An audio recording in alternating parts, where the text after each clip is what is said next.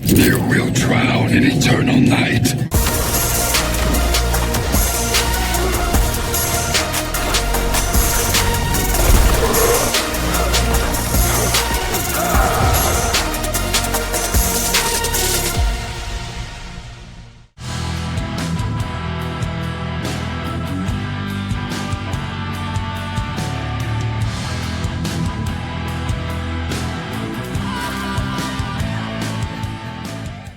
Hi guys, welcome back to the channel and to another episode of Kombat Talks Blood. This time featuring two guests with ManWithNoGame45 and GTG Game Time Gaming. You all have already heard episodes with those two, and now we got them together in basically just one chat room. And we are discussing part 3 of our very long podcast that we are doing here regarding update 3.0 and also kind of including 3.0.1, which is just a little bug fix update which basically fixed nothing. But aside from that, how are you guys doing?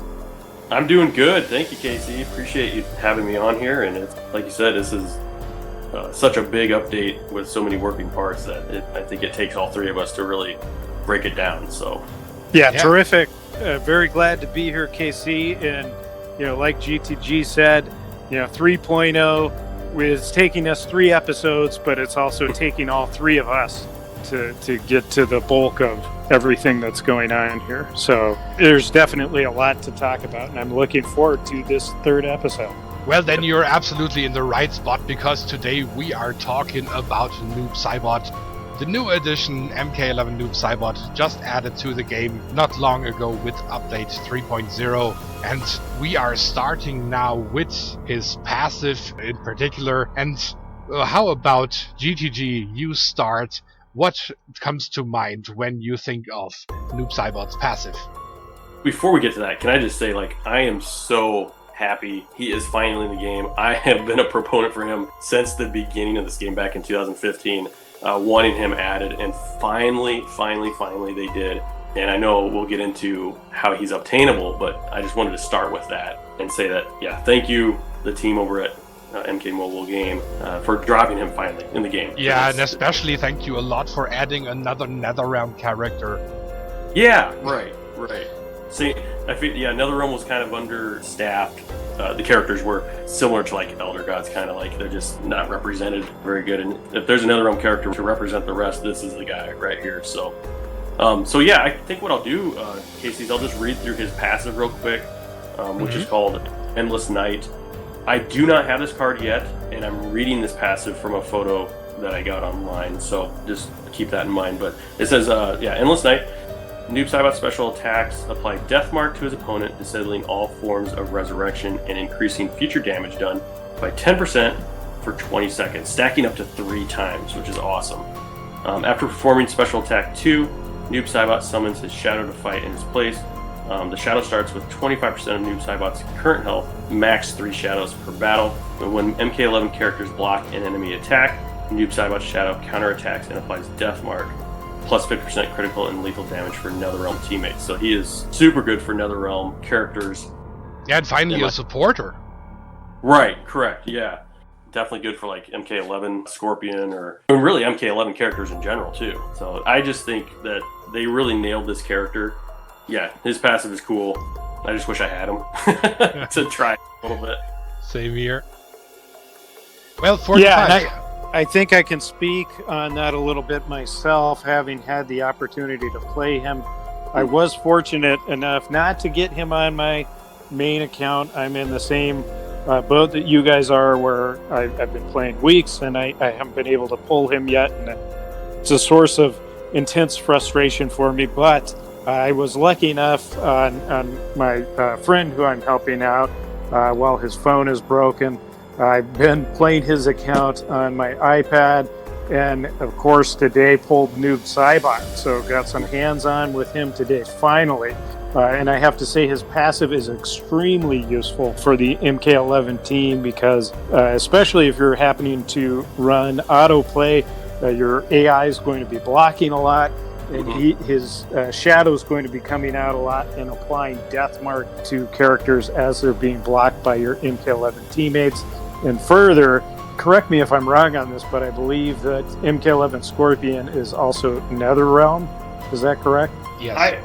And then Cabal is Netherrealm. So you've got two of them and Jade. Yep. So if you're running them with MK11 Noob, which I think one of the best ways to run him, one of the best teams to run him with so far seems to be Scorpion and Jade because of that bonus, and then also having the DOT reversal on them for healing. But again, I think he's just a huge asset on any of those MK11 teams, given that death mark passive that comes out when those characters are blocking. That's huge. One thing that I did notice with his special 2, it appears to be bugged. In some cases, one of the combos in it doesn't connect. And as soon as that combo doesn't connect, the rest of the special 2 doesn't execute, and it fails and the clone doesn't come out. So that's kind of a frustrating thing that happens around, it seems like about 33% of the time or so. Does that leave you open to attack then, or does that give an open spot for? I think so. I think so. I think it leaves you vulnerable to counterattack because it just kind of misses, and the rest of it doesn't even execute as soon as it does, and it's not something that you're going to be expecting to happen either. Right. Yeah. In addition to that, we also have the information that Noob Saibot only summons 2 clones, and while the clones are still part of Noob Saibot, his special 2 is unblockable, but it turns blockable as soon as these clones are used up. Oh, interesting. Okay. Yeah, that either. Yeah, I haven't had the opportunity to test that, and I do believe, at least from the video, I haven't been able to test his crushing blow yet either, but I think that comes out of special 1 as the clone. I don't think it's on his regular special 1, but again, haven't been able to test or confirm that. Not having him, it's a blast to play against him. His moveset and his style is so cool. Like, it's just, at first, you didn't know when that shadow was going to come out to attack. But now I have him figured out, so I can kind of block that. I know when it's going to come, but my first reaction and my first experience with him was just awesome. Fighting him, that is. So just wanted to throw that out. And what do you guys think about his overall design? Are you happy with what NetherRealm delivered here for Noob Saibot after we've been waiting so long for his arrival? Yeah, absolutely. Yeah, I think they nailed it. I'm especially happy with the feats of strength too, having had a look at those. The taunts are really cool, even starting with the first taunt, Embrace of the Shadows. I think it was something to that effect. But, he's saying badass stuff right from the beginning. The 2 unique feats of strength look really cool too, for the 250 wins and the 750 wins, I think. Yeah, I haven't seen any of those yet. I can't wait. And GTG, how about you? Design? Oh, I love the design. Yeah. I got to echo 45. I think they nailed it. They did him justice. Yeah, he looks good. Like I said, his gameplay style is amazing. He is, for me, the epitome of Mortal Kombat, and couldn't have wanted him to look any better. That is.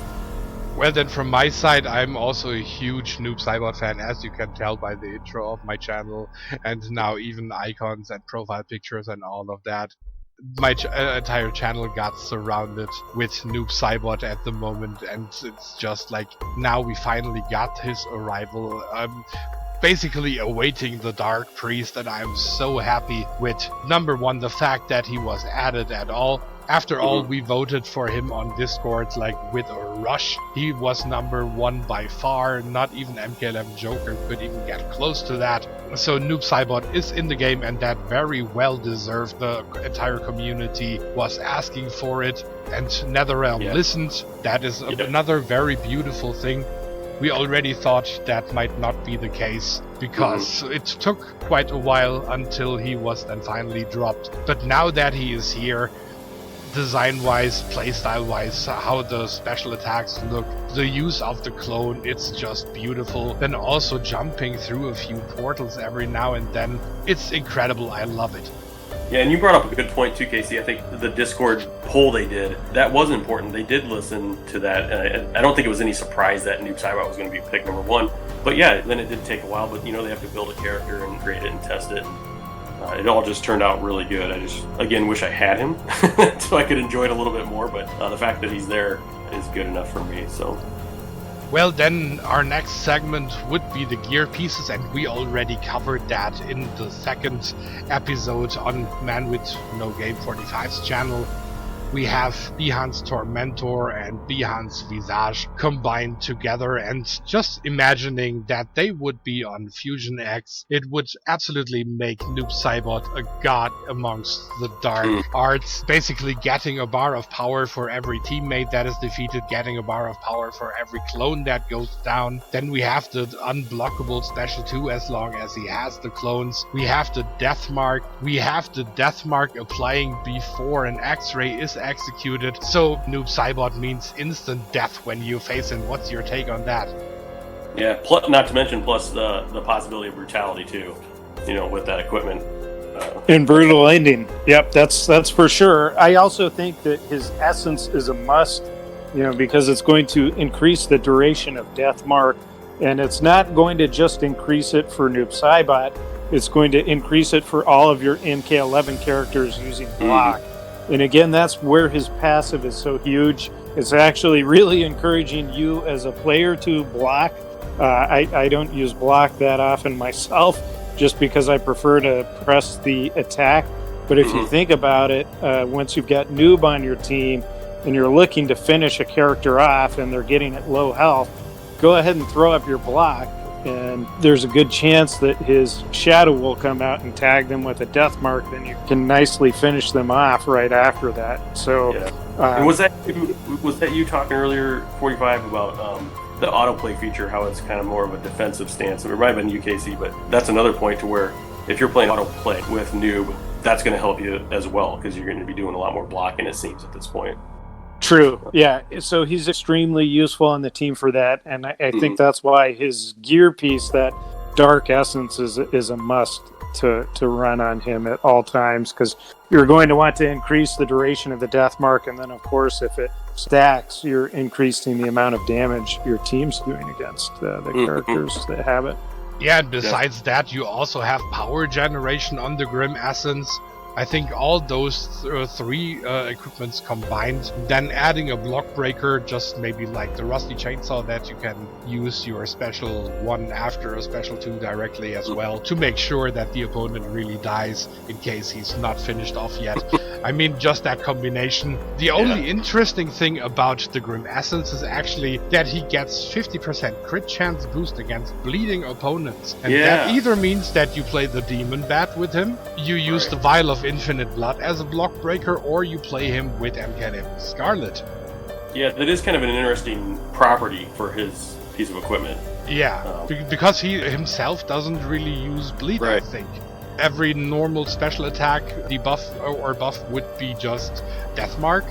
So you literally have to either use a character or a gear piece that guarantees you the bleed, so that Noob Saibot can benefit from that one. But this one is only when it's maxed out, though. Right, and he's so death mark heavy already. Maybe they did have to just throw something in there and be like, okay, like he's getting pretty OP. Maybe we need to change it up a little bit. Not sure about that one. Still, it would be kind of weird to play him together with MK11 Skarlet, given that they don't have any history together. Right, yeah. And then, of course, we would have then MK11 Sub-Zero, but would you play Bihan and Kuai Liang together? I think that's more like fire and water, kind of. Yeah.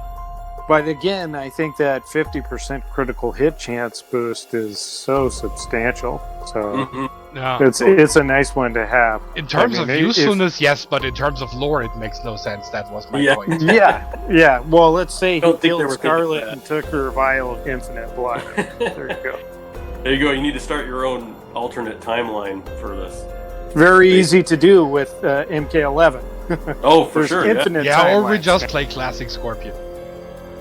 That's true, yeah. Or Jason. Slasher. Yeah. Yeah.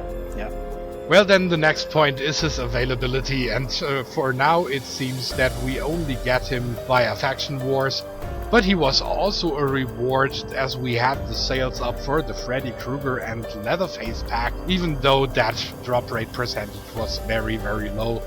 But so far, how do you guys think how long it might take you to really unlock him and then maybe even fuse him up to a useful fusion? My goodness, I have to say, for my part, I really don't know, because I've been fortunate enough to get into the Legend category, I think 4 of the last, 6 times or 7 times that we've had it so far, seasons, and I haven't gotten him.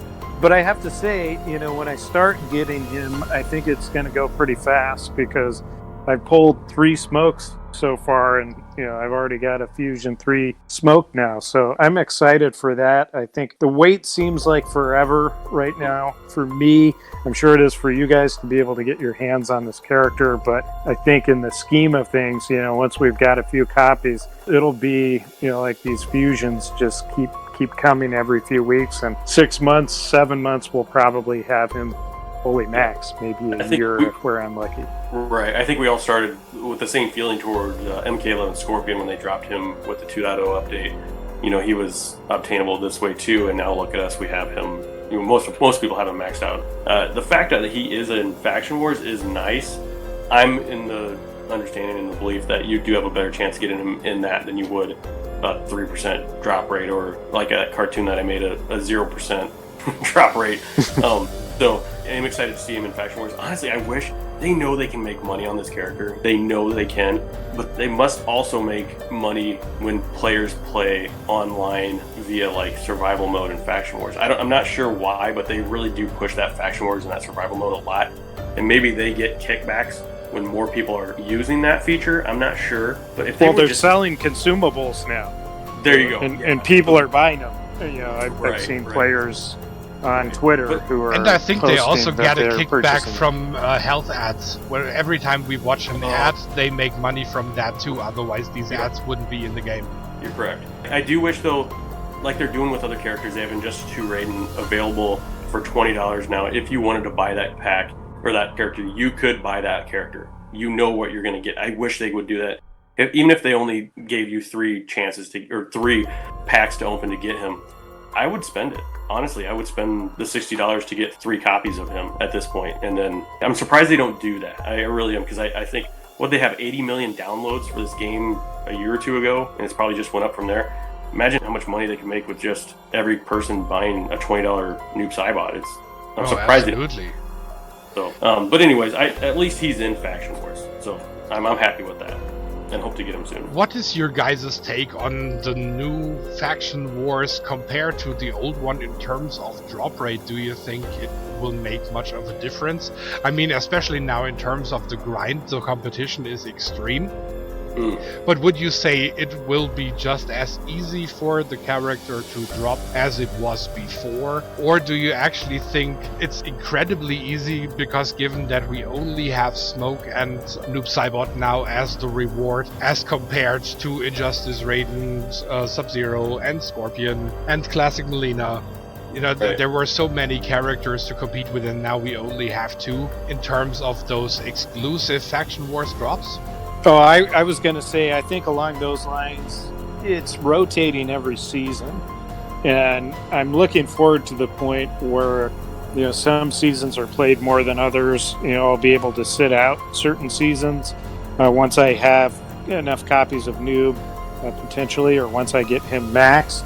But I think it seems a lot more consistent that we're going to be able to get those 2 cards, and then essentially we're going to be picking the seasons that we want to play for based on the availability, and that's something that we're going to shoot for. Like if we're still trying to max a Day of the Dead character like I am, or a Strike Force character like I am, or if we've got all those already maxed, then maybe we'll focus on the random diamond season, that kind of stuff. Do you also think we will see a pack soon where Noob is added? Maybe like an MK11 Diamond pack that includes him, just like the other characters like MK11 Scorpion, MK11 Sub-Zero were also included in the pack like that?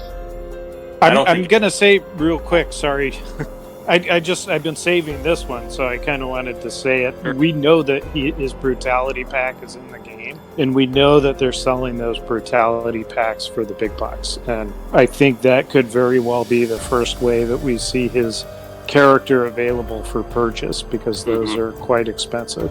Yeah. But I'm mainly speaking about soul packs, like real MK11 packs, where you really literally have that 3%, 4% drop rate chance. Oh, I don't think anything's off the table. I think if they have an avenue to make some money on a character that's very popular, they'll take it. So, yeah, I could see them doing that for sure. Definitely. Yeah, but I think first it's going to come in the brutality packs, especially because the artwork's already in the game. So we know it's in there. We know it's going to be coming fairly soon. So I think that's probably going to be the first way that people are able to purchase him in the game, and it's going to be a minimal chance. You know, you'll be looking at 10, 20, 30% maybe chance to get him in the brutality pack, whatever those odds are. I don't know if I'll buy that. That rubs me the wrong way. I don't think I'll probably just stick with the Faction Wars. Well, the guy on YouTube will buy it. Who's he just recently bought the Scarlet packs. You know, we'll be waiting for him to put out a video on Noob Saibot brutality. Just spend another $300. You seem to have got it. You know. But that actually brings me to a very interesting question in terms of getting Noob and his availability in Faction Wars between newer players compared to veterans with a very robust roster and tons of cards they can use to grind up many points with useful gear, maxed out Faction Wars gear, as compared to a newer player who may end up for a 1% drop rate chance for a very long time.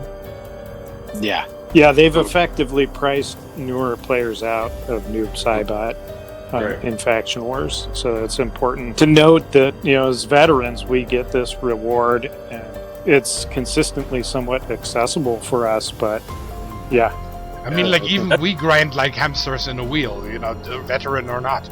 It's like we are having competition up there, especially if you want to finish Legend, then start grinding at the beginning of the season. Look at these poor guys, you know, to get to Contender Elite or whatever it is, they're having to rack up couple million points. I mean, it's...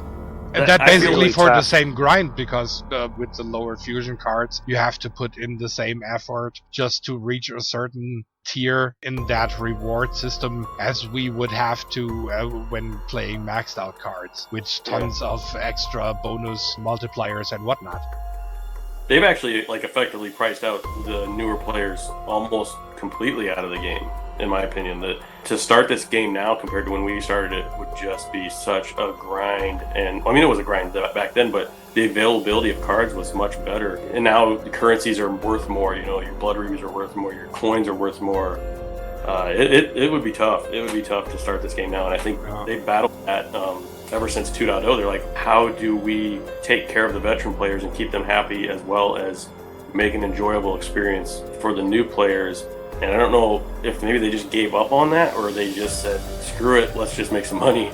And yeah, but that was literally then also, that kind of brings me back to the very first episode we did on your channel, GTG, where I say, like, I hate this new Survivor mode because it made the normal Faction Wars completely useless, aside from just testing out a few characters if we want to run them in Survivor mode. But as you said, like, when you are a newer player, then a hard battle will suit you way better to grind for a few points than the hardcore Survivor mode. And let's face it, if you go into Survivor mode and just do the smaller towers, you are not getting that many points either for that. So the normal Faction Wars is basically now completely broken, and as long as they don't give equal point system to that, or maybe then just two different leaderboards, as some others already suggested, you know, just have one for the survivors and one for the Faction Wars, and then just combine both rewards at the season end, you know, in terms of how much you did where. Yeah, the bar's been set so high now. Because to be absolutely honest, if I would get the same points in Faction Wars, in the quick mode, in hard battles and stuff, I wouldn't play the Survivor mode at all. I don't enjoy it. For me, it's just like a repaint of Relic Hunt, and on top I have to repair my gear and cannot use all the gear that I feel like using. It's like a terrible change in my opinion, especially because the normal faction wars is no longer rewarding in whatsoever. Right. Yeah. And that also plays then into the availability of cards like that. And now it's Noob Saibot and Classic Smoke. Maybe it's somebody else next time. Maybe it's Shang Tsung or Nightwolf or Sindel or whoever it might be. Mm-hmm. It will be this constant thing where everybody just has to grind now in Survivor mode. Faction Wars is pretty much dead. I think it's more alive than it ever has been, at least from my perspective. Yeah, but only in Survivor mode. And that's not the case for me either, because now I'm able to take these low fusion cards that I have and play them because I'm not worried about chasing points anymore, because I can get them all through Survivor mode. On the other hand, like most people, when you talk to them, they say they don't even play the normal faction wars anymore. They just play Survivor because of the points. I think that's a position that people who are forced to have to grind for points, that's where they're stuck. And I think your perspective is skewed because of being on Android and them not being able to keep the cheaters and hackers out of that platform, unfortunately, that device. I will say that, like, I'm all survival mode now. The only time I do play the original Faction Wars is with autoplay, and that's it. So I definitely don't spend near as much time in the Faction Wars as I used to, because that's not where the points are. Well, so. and but also... again, I just want to call back to our first episode where you should be testing out the teams that you're going to run through Survivor mode, especially if you're going to wager all your gear on those teams, and maybe if you're wise enough, you might even be considering a specific talent tree build, for the teams that you're going to put together, because they're going to be pretty unique each week. I actually find it to be a very exciting, refreshing, interesting challenge. And since I can score, millions of points literally in one run, I prefer to play that way instead of this pointless, monotonous grinding. And I prefer it to that. But again, I think this is something that we covered a bit in an earlier episode. One thing we actually should add though, and that is the bug that is now still up with Dramon's Mask, that people are able to use it. Do you guys think it's actually justified, since NetherRealm is not capable of fixing that bug, that they take advantage of it? Or do you see it like, no, that's complete cheating and people should be banned for that? Yeah, they should be banned. Absolutely. But I'll tell you what, I agree with that too, by the way. But down the road, I think us three should do the Era of Faction Wars podcast. Yeah, starting from pre 2.0, going like with all the absolute insane ones all the way up to now. Right. Definitely interesting one.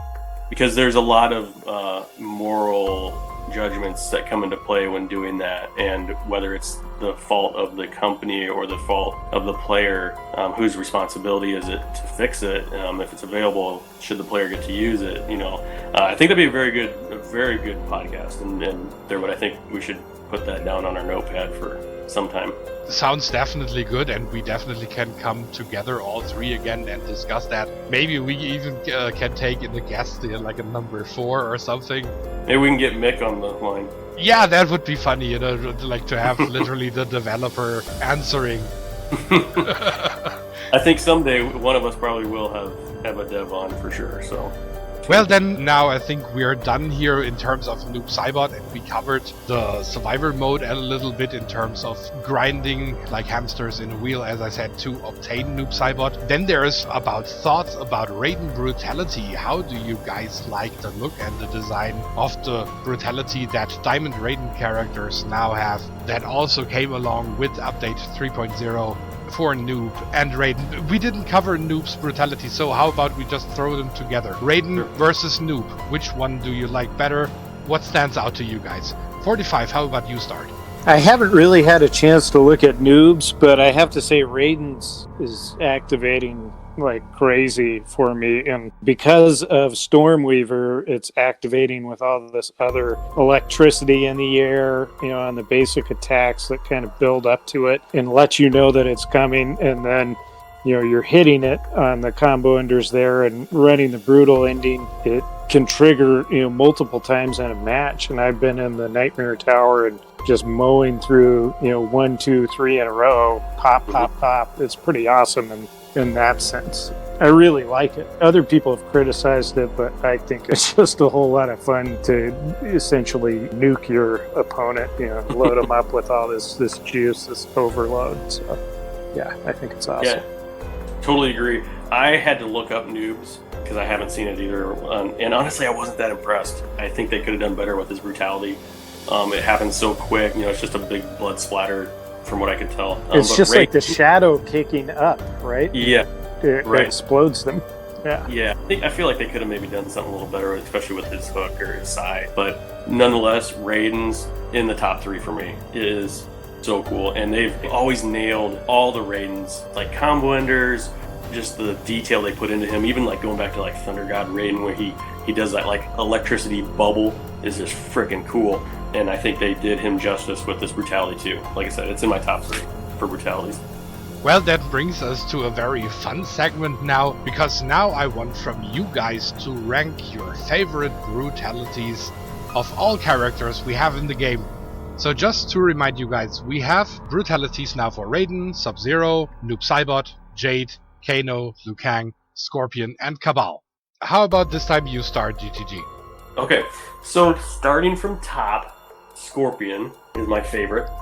Also seems like one of the easiest to get to work. I don't know why, but I love that. Just throw back to that toasty brutality. That's my number 1. Second, I'm going to go with Raiden. I'm going to go with the one we just got, Raiden's brutality. Again, just love the light show that he puts on. It's so cool. 3 might come as a surprise to you, especially Casey, because I know you're not a big fan of this one. But Kano's, I really love Kano's. It's just so aggressive. It zooms in, so you get to see like his, just that laser taking off that head. So he's my number 3. Let's see. I think going from there, probably Cabal. Oh, I'm sorry. I'm gonna go with Jade. Jade is freaking awesome, just because of the ground effect where the character's crawling with no legs. Then Cabal, Liu Kang, and Sub-Zero, and then who am I missing? Am I missing one? Noob. Yeah, Noob. Noob. Okay. Well, unfortunately, since I don't have him yet, I've only seen it once. I'm just gonna put him in that bottom tier for now. So, yeah. Okay, and 45? I think we could have just eliminated the number 1 category probably for all 3 of us, because I'm same as GTG there, and you're probably the same with Scorpion? Scorpion. Yeah. Yep. I mean, It's so cool. it's such a callback to the original game. That was the first fatality that I learned, block up. Being able to do that on the cabinet and impress the hell out of my friends at the arcade. Some great memories there. So, that one's always going to have a special place in my heart. Glad that we're able to finally do it in the game. I think it's the best thing to come out of Shirai Ryu Tower. From there, I'm kind of ranking along the same lines as GTG. I like Raiden's brutality just because it's so frenetic. It's kind of right in the midst of all these basic attacks that are generating random lightning strikes, and you're hitting them with the basic attacks, so it kind of pulls off a lot of health that can almost lead into the brutality in sort of an unexpected way, because you don't think they're going to be at a point where a combo ender will finish them off.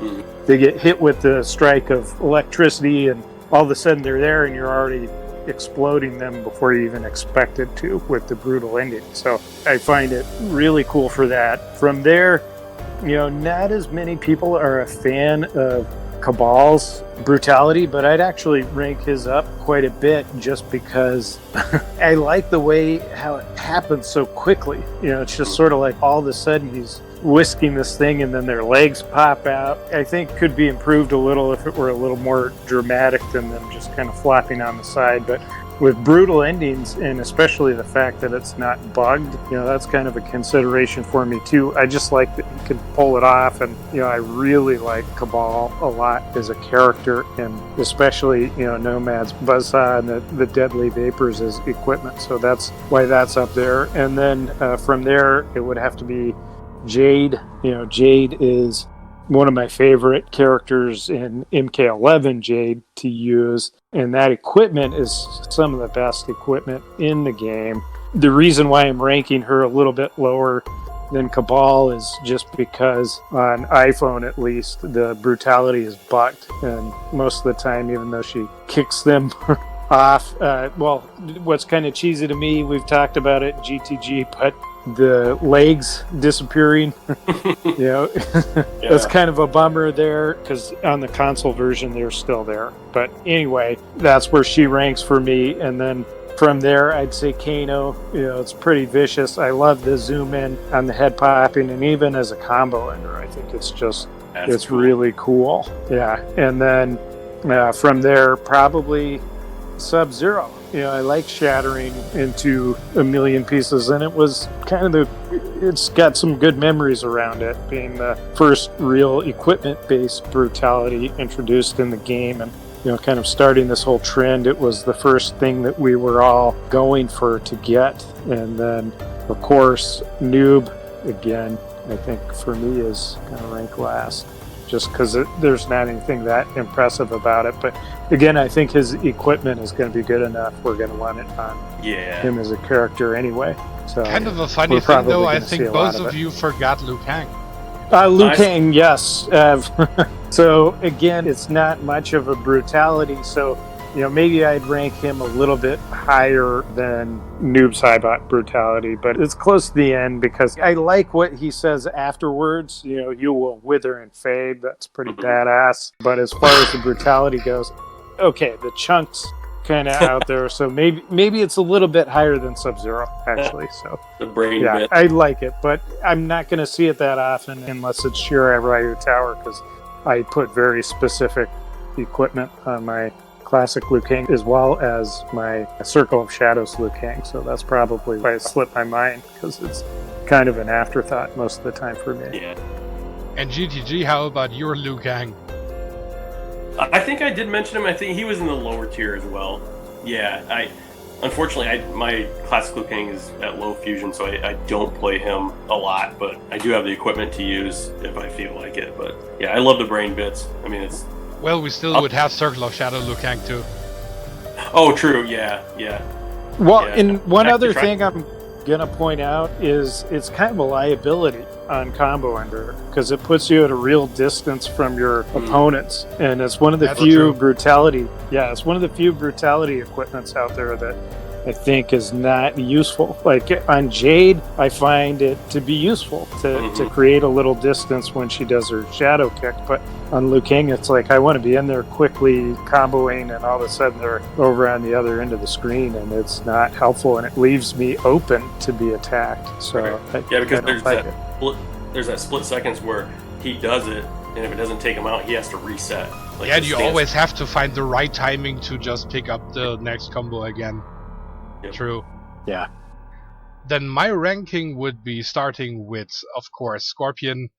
That toasty brutality, fatality, as it originally was, is just iconic and the main essence of Mortal Kombat. Then, surprise to you guys, probably Cabal ranks second.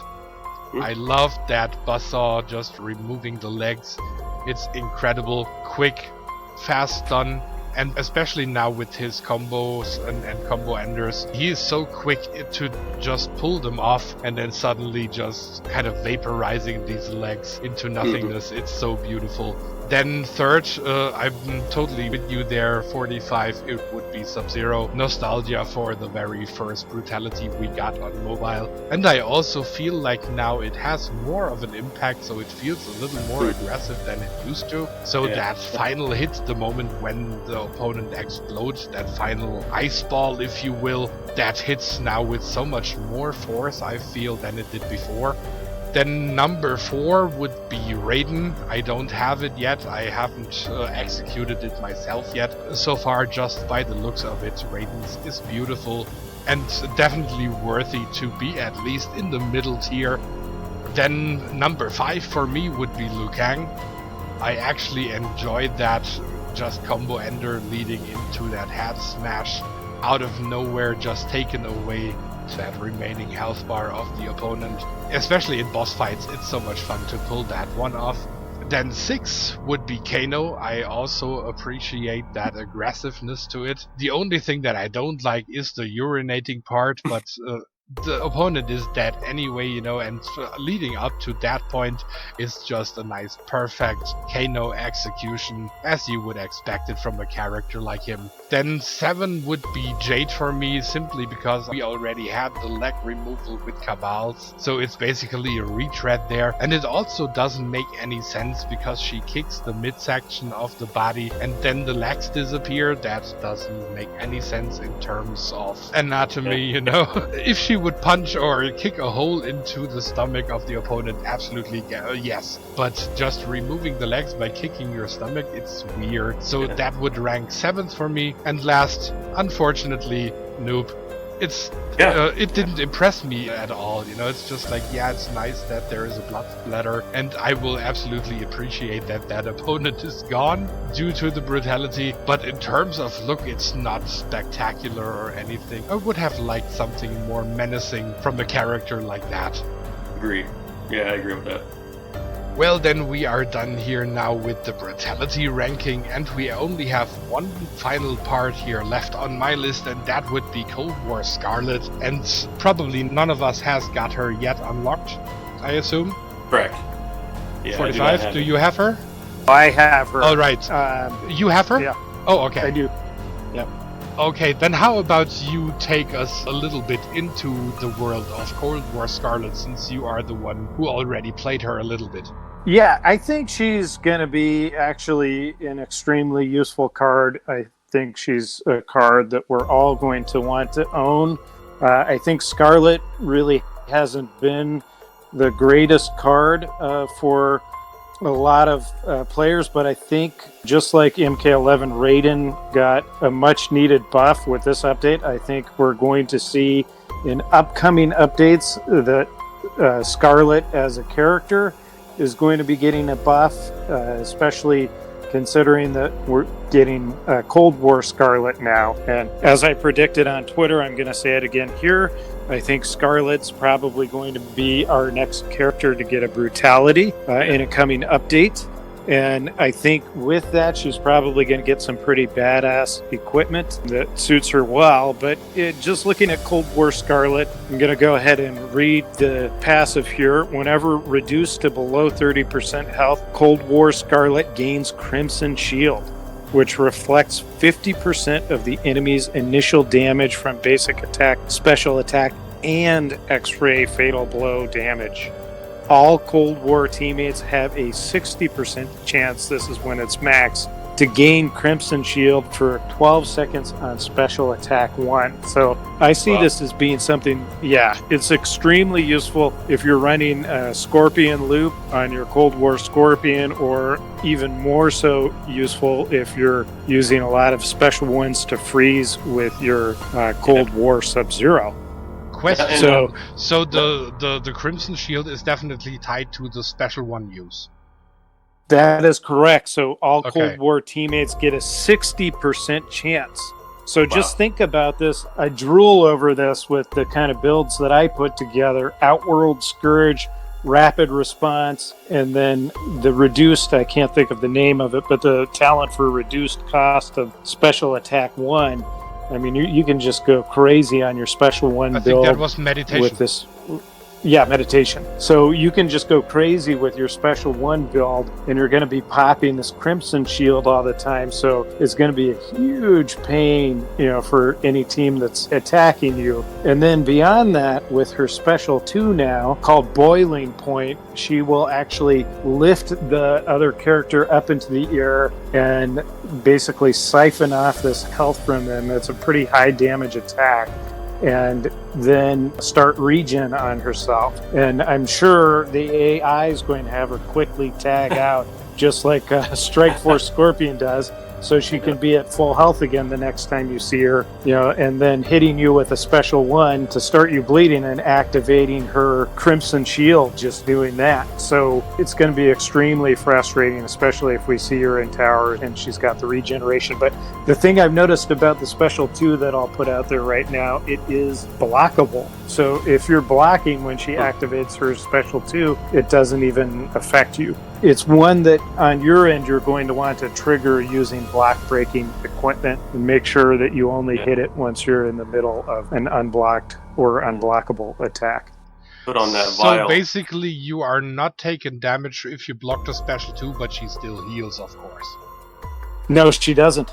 No. And Oh, she if you won't block heal. it, she doesn't even heal? Ineffective. Yep. Wow. I tell you So what, that's pretty huge. It's a good thing to know about that special attack, although if she's equipped with her equipment, the Vial of Infinite Blood, of course she's going to have Block Breaker. I tell you what, if the Cold War team wasn't OP enough as it is, she is going to be a huge asset to that team. And with the Blizzard skin only lasting 9 seconds on the other teammates, I think it's 9 seconds. It used to be. No, permanent. it lasts forever on the other Cold War teammates.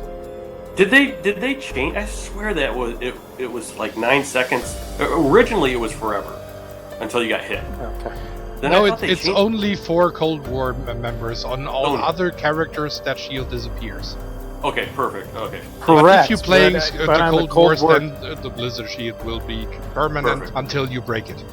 So you break it. So yep, and with it's that- got a chance of being respawned with each special too. Yes. So she could regen. Right. You know, she could catch you with the regen and spawn herself the Blizzard Shield at the same time. Because, and I'm Yeah. reading this from Cold War Sonya Blade's passive, all Okay. Cold War teammates have a 60% chance to gain ice armor on special attack too. Dang, So now- she so now could it hit the does. regen and get her ice armor right then. So with Skarlet, they'll have the ability to do Crimson Shield on SP1, as well as Blizzard Skin on SP2. Am I reading that Yeah, right? and 60% chance of each. Yep. Dang, that's going to be a thick chunk of ice to break through. Yeah, absolutely. That would be overpowered. But how Wow. about her design? What are you guys thinking about the design itself? How about I start first? I think it's kind of amazing that the hat covers most of her terrible haircut. That's my biggest gripe with MK11 Skarlet in general. I mean, since she was released outside of MK9, that she had this weird housewife haircut. And that the hat almost covers all of that is kind of a blessing for me, even though you still see this weird front cut shining through under that hat. But I think when playing it in the game itself and a little bit on distance, you will basically not notice that anymore. So look-wise, at least in terms of her face, I will definitely prefer the Cold War variation. And when it comes to the rest of the outfit, I would probably go with Assassin. But how about you guys? I tell you what, I'm a fan of all the Cold War skins.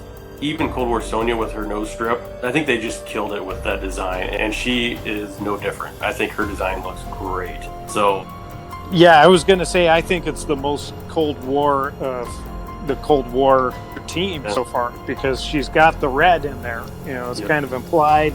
You got to have the Russian side of things. And I think the way that Scarlet is, she's sort of La Femme Nikita. You know, she's, you know, this kind of killer looking babe, you know, and then she's got the garters, I think, look really pretty cool on this outfit, because it's almost like a mullet of an outfit where it's business up top but it's party down below. So it's pretty cool. I really enjoy the look, and I have to say, like, the way that the Special 2 executes, that's one of my favorite Special 2s for Scarlet, you know, just because they get lifted into the air. Yeah, totally. They're agree. covered in blood. Yeah. Yeah, it's pretty awesome. I think it looks absolutely gorgeous, and it's the best looking special 2 that we have for Scarlet variations so far. we For can sure. probably guarantee her as a boss in the Lin Kuei Tower. when that Oh, returns. yes. And I would expect 45, like you said, she will get the brutality equipment, and I bet it will come with that tower. That's my guess. Well, my prediction is actually that they'll rerun Lin Kuei, but they'll do Yeah. it kind of like a minor tower, just like they did Tower of Horror, and then there's going to be something like a Cold War tower or something to that effect. Yeah, I'm thinking Yeah. about that. I'm maybe even thinking about really like a Cold War tower, and maybe they also add like a Cold War Kano variation, because that's a thing too. Yep. Even though it's kind of funny to run Kano and Sonya in one team. Mark this time down, guys, because I bet you guys are right. You'll be wanting to clip that little segment and replay it when that happens. That sounds very possible. Yeah, but then I would say we are through here with that, and now we have the availability. Of course, the paywall pack is already up for Kold War Skarlet. We already seen that in the game. Yeah, and I think it really sucks that we're getting new characters this way, but in this case, it's kind of interesting. I think those of us who purchased a couple of those packs, it paid off in a big way, because as I posted on Twitter, I didn't think that she was actually in the pack. Bought a couple of them on a whim because it was only $10. I thought might as well try my luck and just see if I can pull this diamond card. It was all sellbacks, gold. And I thought, this is kind of lame for a 20% chance. I thought it might work out better. But I looked at my collection and saw that she wasn't available as an unowned character. And I posted about it. And then a few hours later, or maybe it was the next day, I received a message about, we're very sorry for the issue. And I assumed that it basically meant that she wasn't actually in the pack when it was sold at that time. So what they did is they gave me 2 more packs to open subsequently. And I got her at that point. And then the day after that, I received an additional 400 souls per purchase. So it actually worked out exceptionally well, I think, for those players who might have tried to get her early on.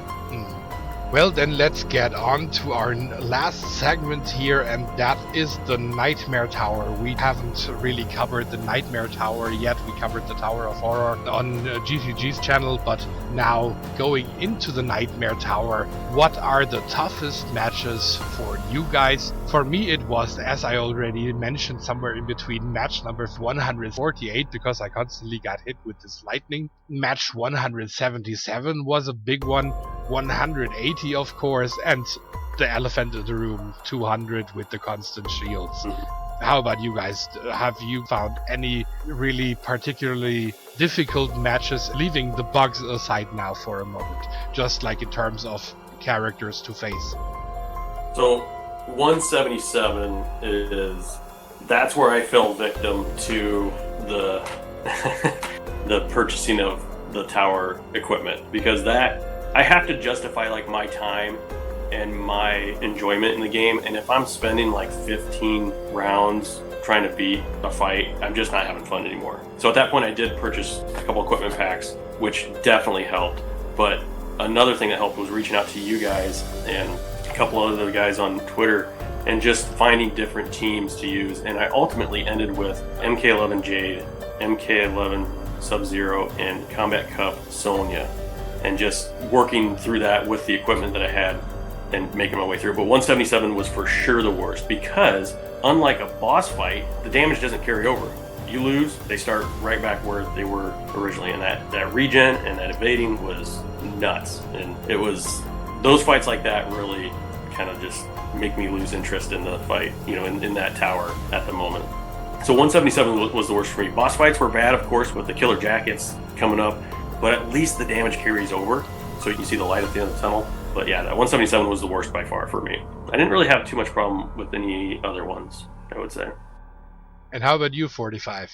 I would say 177, I had the experience of going through with gold cards because I was playing my friend's account on the iPad, and that was one to get hung up on. I think a lot of people probably got held up on 160 if they didn't really understand the resurrection and the need for brutal ending, kind of working that into there. And I got held up a little bit on that one because brutal ending, this is really frustrating, but if you're doing it in the middle of the brutality and it's something like Toasty that takes a while, actually does not stop the clock. The timer keeps going and you lose the match. And so I got a boss basically at full health again because they came back with the 1 health that they should have been finished off on the brutality on, and then 1 hit and they revived with half a bar of health. So that 160 was pretty frustrating because of that. But then 177, and then one that gave me a lot of trouble with the gold cards was 198, and it was enough trouble that I wanted to put together a very specific strategy video for that, which I've That was another Guardian Terminator one, right? That one, no. What 198 is actually MK11 Raid and MK11 Noob Saibot and MK11 Cabal. I can see where this is going. Yeah, they're on Enrage, so you can't power drain them, but they can get to X-rays pretty fast. And then, worst of all, if you knock one of them out, you're going to get Cabal coming in and triggering his X-ray if you don't, time it just right. You can't block it, and then you're just going to get destroyed by this team. And so I derived a strategy with Outworld characters that was very effective for that match, that was actually pretty helpful for the other one I think you were thinking of, which is 199, which again I think was Assassin Jade, maybe Guardian Terminator, and Strike Force Scorpion. Yeah, that could be. Yeah. They had a few Another of those regen really match. mean ones in between. Yeah. Oh, yeah. Yeah, but I think this was that one. So, it's tough because you're limited by a class.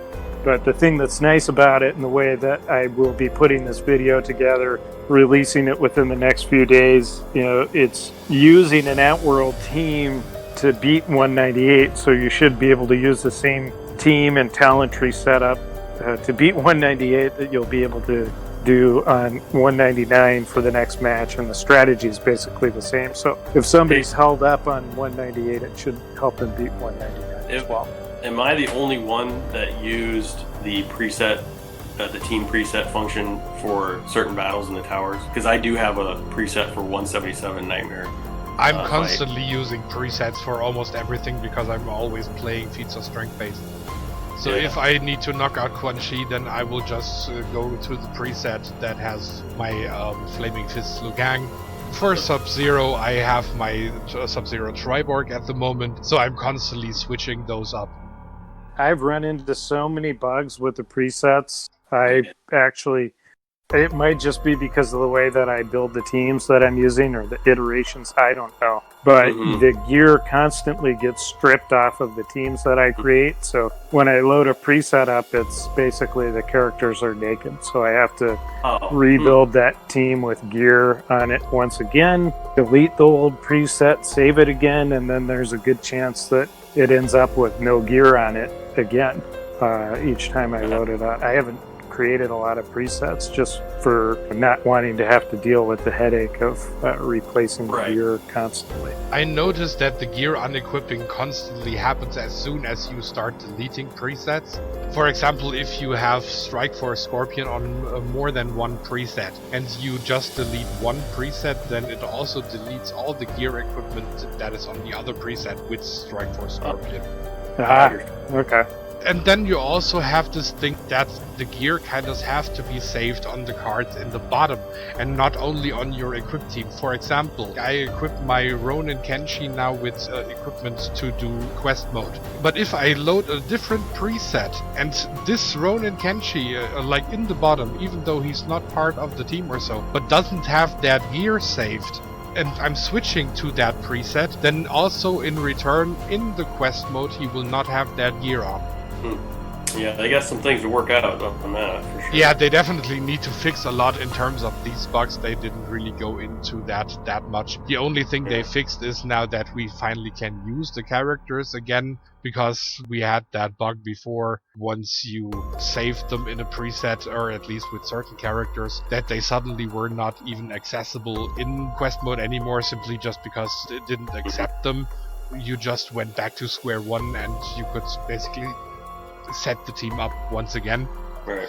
But there are still so many bugs up, and now I'm also directly going into the bugs, especially 188, which is now fixed, but we definitely should cover that one. And we still have the one of 186, and I just made a video on that one so that people can kind of avoid that bug. But how did you experience those two?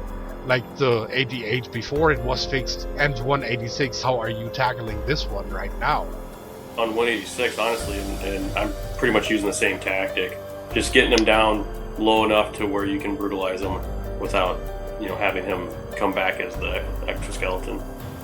Yeah, I think it's tragic. The tower itself started bugged, so I lost 15 matches in the beginning that really kind of curbed my enthusiasm for the tower. And I mean, it's frustrating to have so many bugs that cost matches, especially when at the end of the day that could cost us random diamond or epic gear potentially, depending on how well we're doing in the tower. So to me, that's extremely frustrating that it closes out the matches, and it can be even more so. Like if you're on the edge of a refresh and you lose a match to a bug that otherwise you'd win, like 186, you land the killing blow and your app minimizes or closes out. So they need to do a better job of QC with that stuff, because clearly we found it on our first playthrough. I mean, a lot of this stuff was pretty inevitable, like Skarlet's combo ender, brutality. I have to say, though, it looked was funny, like if you just encounter it once, it's kind of a fun thing to see.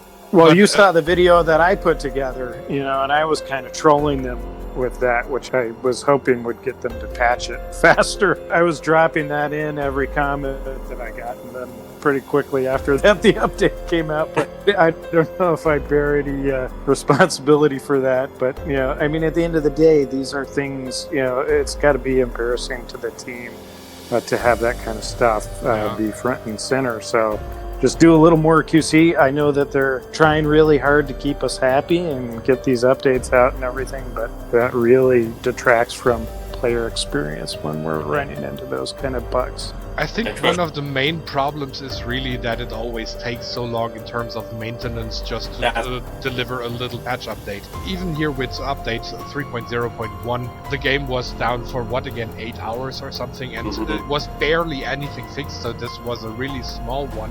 We kind of understand that with a big update like 3.0, but for that small ones, I mean, come on, just go maintenance for an hour, just drop that update and then let's go, In a way, it was before 2.0 where we were semi-online. We just have the update at some point, we installed it, we played. And since we are now fully online, we always have to sit through hours and hours of maintenance.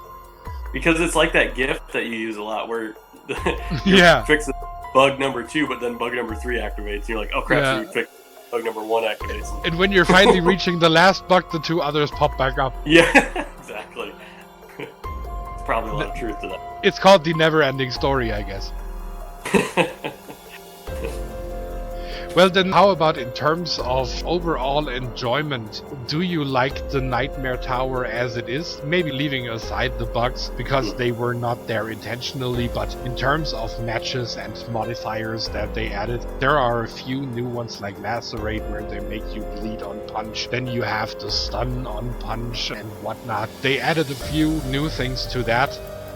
I thought the resurrection was pretty awesome, because we all were like, whoa, this is something different. Like the first time one of those characters that wasn't Jason sat up like Jason and the lightning was striking, I was like, what the hell is going on here? It was pretty cool. And I think that kind of stuff was fun. It's sort of campy, in line with the MK kind of goofy stuff that they do. And we got the Demon Bat. I thought that was a lot of fun, like we talked about earlier on my episode. And the gear overall, I think, is pretty wicked. Most of it is overpowered. It's cool. Yeah, I agree. I think bugs aside, it's a very fun tower. It's actually something that I think, like back in 2016, I mentioned in one of my videos that a Nightmare Tower would be pretty cool to see.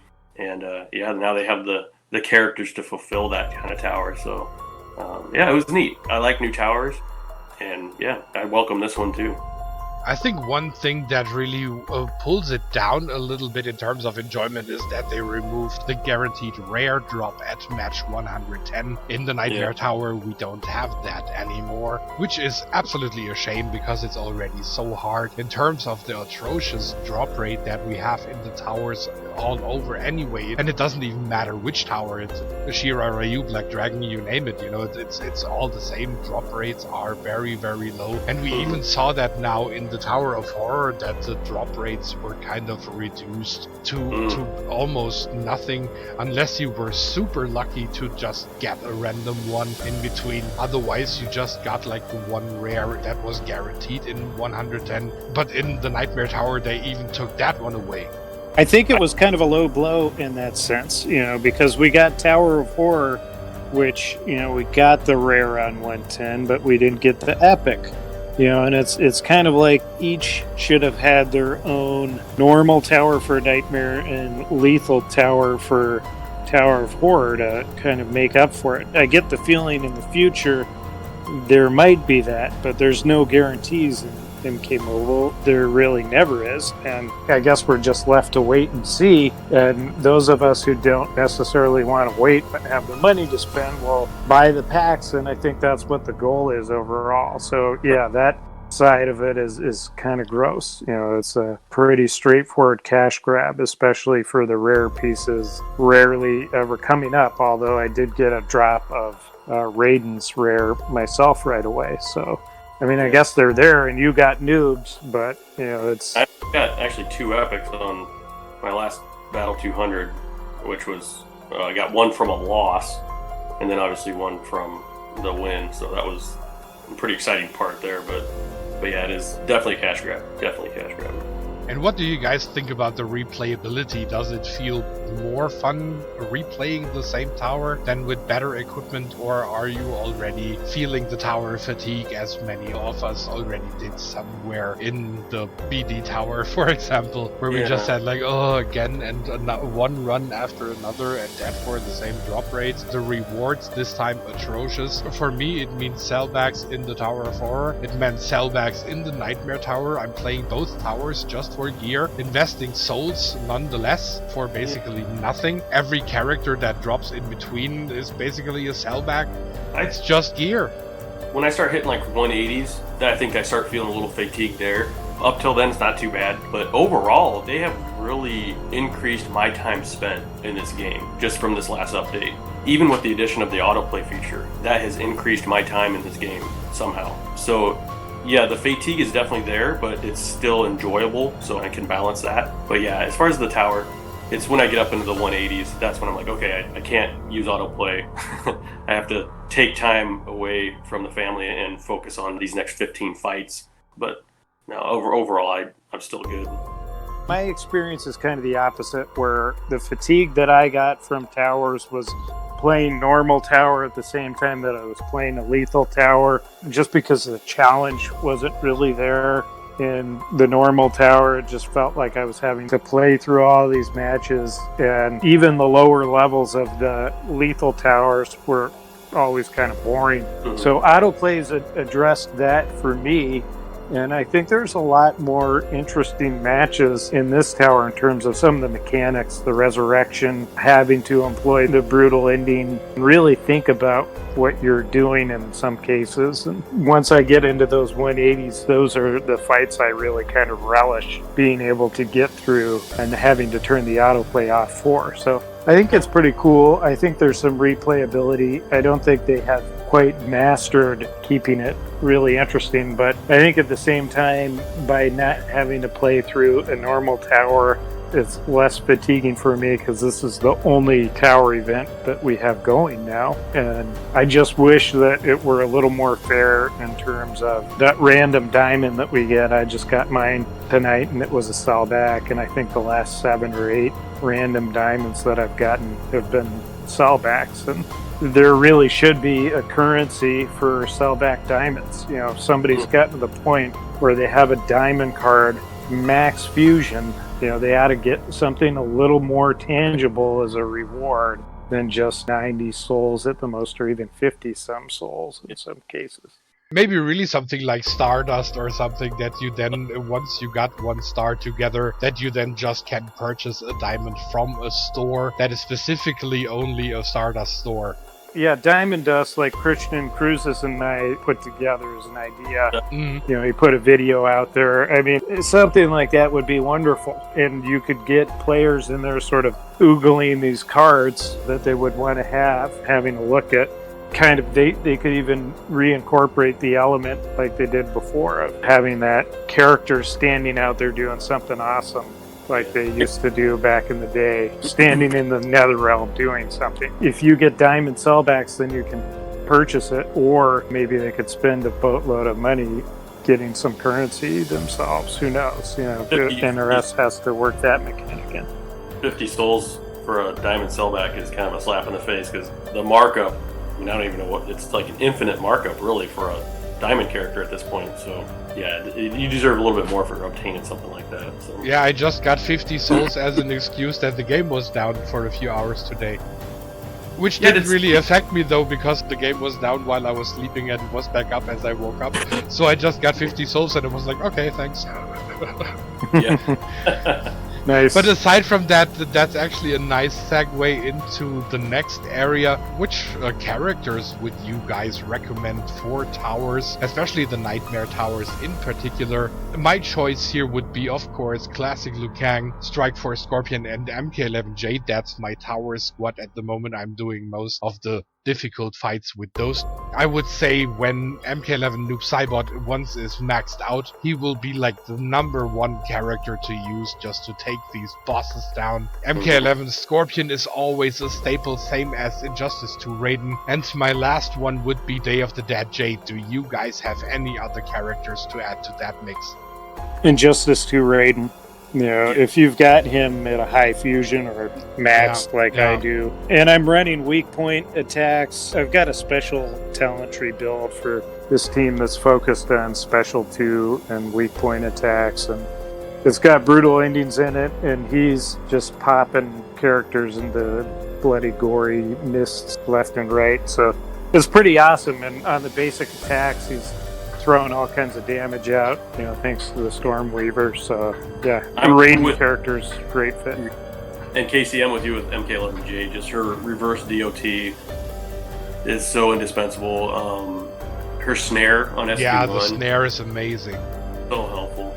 No. And her brutality, for whatever reason, engages a lot for me.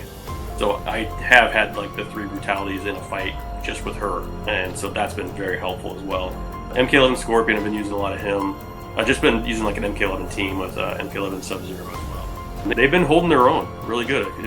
Even though I saw a lot of people having problems with the crushing blow of MK11 Sub-Zero kind of freezing the game, causing to lose attempts in the tower. I'm running MK11 Sub-Zero quite a lot in between as well. I don't have that problem, but I saw a lot of people who just constantly have these freezes.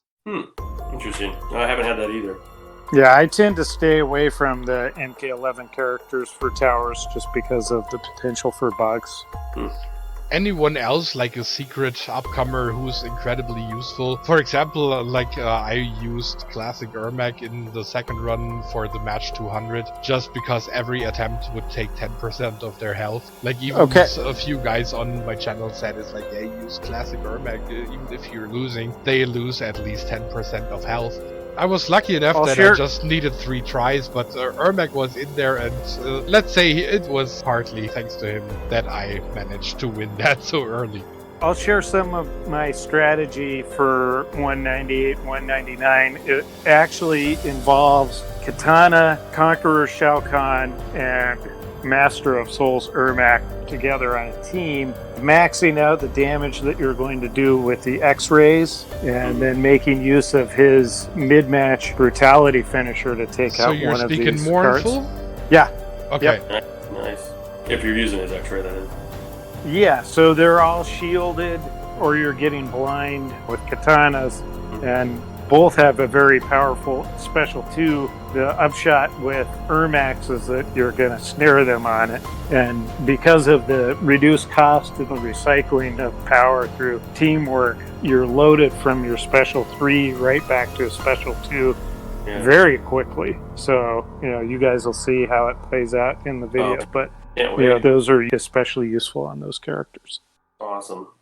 I really don't. I've been maining like the MK11 teams, but other than, like I said, the Fight 177, I was really trying every team I had. Even like Black Dragon team to eliminate the evade feature from those assassins. But Combat Cup, Sonya really was the game changer. Just to red card Jade right off the bat, and luckily he was in the first spot, so that helped.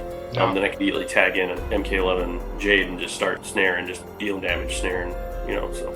And I'm going to put it out there again for those who haven't seen my 177 video yet. The Aftershock Tremor, the fact that he brings in the character with the lowest amount of health which in this case is almost always going to be the assassin that you've been beating on already, who's just tagged out and is about to start regenerating. But not only that, stuns her when she comes back in, and then if you've got the classic reptile, keeps her poisoned, hopefully, so she can't regenerate. You know, that's a real key strategy, I'd say, for beating that match. Yeah, definitely. Well, then I would say then we are through here. The podcast has been long enough. We have been basically recording now for hours and hours just to get all the 3 segments together. I think we have covered everything important. We talked about the bugs. We covered Noob Saibot. We covered the talent tree. We covered both towers. We covered basically all gear pieces that have been released now with the new updates. We covered the bug fix update itself. We covered characters and brutalities. I think we can call it a night. So I would say thanks everybody for listening to this immensely long podcast, and we absolutely appreciate your patience for sitting through all this information. And now I would just say, how about you two just plug your channels, starting with you, GTG. Where can people find you on social media, YouTube, etc.? Sure, thanks. Yeah. So YouTube, just Game Time Gaming, Twitter at Game Time Gaming 1, and then also on Spotify and iTunes for the MK Mobile cast. And 45? You can find me, ManWithNoGame45 YT, and of course follow me on Twitter at ManWithNoGame45. Alright, then I would say that's everything. Goodbye everyone, have a good one, have a good night, a good day wherever you are. Enjoy MK Mobile, despite all the bugs. At some point they will be fixed, and in return we get new ones. So, have a good night everyone. See you on the next video.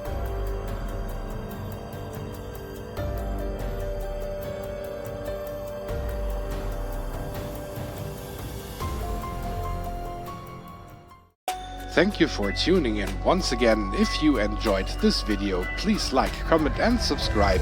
In case you didn't like the video, hit the dislike button twice just to make sure. And if you want to support the channel a little further, please consider joining the Patreon family of KC Mobile Gaming. You can already do that with as little as just $1 a month. And also follow me on social media like Twitter and Facebook. You will find all the necessary information in the description below of every video. If you want to see more content, then why don't you just click on one of those 2 videos here. Thank you for your support. Have a good one. KC over and out for today.